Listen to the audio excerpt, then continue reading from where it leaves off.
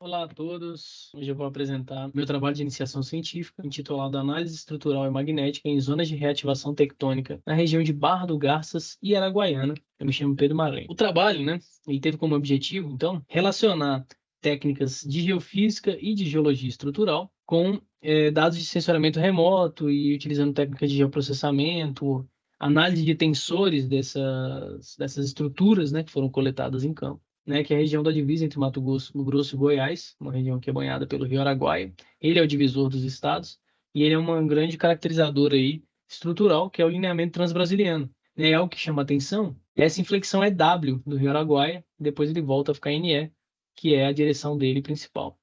Evidências que já tinham sido observadas na região são os registros sísmicos, né? Pode observar aqui alguns registros, que foram colocados aqui nesse mapa, registros baixos a intermediários, com um pico aqui de 3,3 a 4,2 de magnitude, que foi um tremor, sentido na cidade de Araguaiana, sentido pelos moradores, que realmente a terra tremeu lá, e isso é uma evidência, de que as estruturas elas estão sendo reativadas, elas estão se formando e estão liberando essa energia, e falhando, principalmente as falhas, que foram registradas. Fluxograma aqui da pesquisa, principal são os produtos finais que foram gerados, Mapa litoestrutural, mapa geofísico estrutural e o perfil morfológico geofísico. Eu vou falar deles um pouquinho mais de detalhe. Bom, esse é o mapa geofísico estrutural.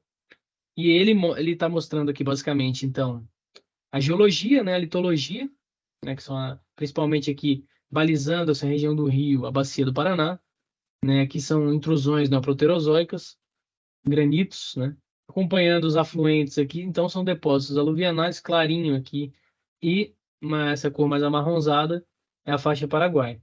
Esse produto, então, ele está mostrando aqui os lineamentos da derivada Tilt, e esses pontos são dados de susceptibilidade magnética que foram coletados aí, de amostras coletadas em campo. Bom, o próximo produto, que é o mapa litoestrutural, ele mostra, então, ali foi relacionado, esses dados, essas medidas estruturais que foram coletadas em campo, foram feitas análises de tensores, então foram processados esses dados, esse banco de dados, num software chamado Intensor, para poder caracterizar e observar aqui a movimentação podendo ser normal, transcorrente ou indefinida, O último produto, que foi o mapa morfoestrutural e perfis com Euler, é um mapa morfoestrutural porque ele mostra aqui um perfil em faixa, que é uma foi toda levada em consideração para poder fazer um perfil um pouco mais estatístico, com a região de cota mais alta, mais baixa e a cota média aqui no meio, em azul. E ao mesmo tempo correlacionando com as soluções de Euler, que são soluções geofísicas, que é um processamento, para poder estimar a profundidade dessas respostas magnéticas.